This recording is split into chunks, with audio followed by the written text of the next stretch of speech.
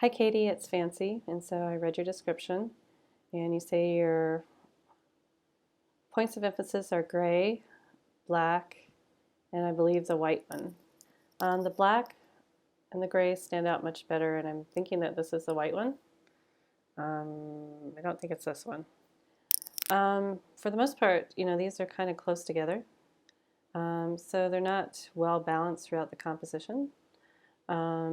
You would want to maybe reposition this one so it doesn't have a vertical alignment with this one, of course, the gray one.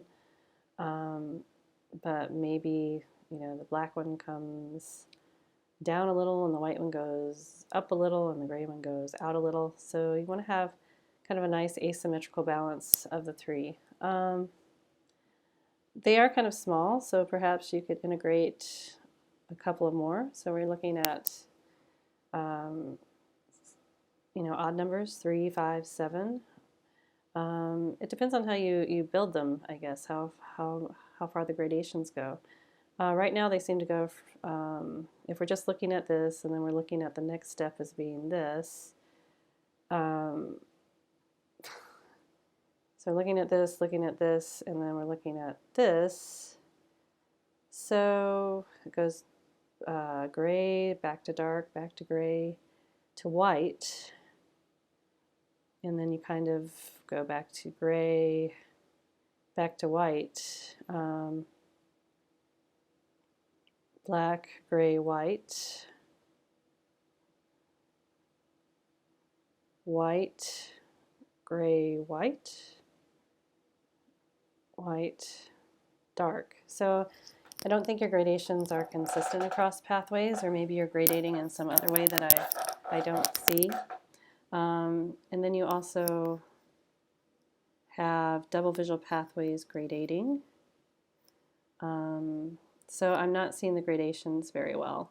It would be really super helpful to know, what kind of comments you had in critique for the future, for future reference, if you could include those.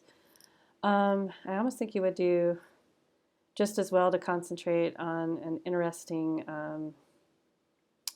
horizontal and vertical pathways that led the eye throughout. So maybe, for example, you start out with gray. So maybe you divide your composition into, 3 major areas or 4 major areas. Not 4. 4 is not good. You'd have quadrants, and then it would look very symmetrical. Or 5 major areas. So black, white, and gray. Think of the modular analysis, how you divided up the ground into major areas so that you could make interpenetration work.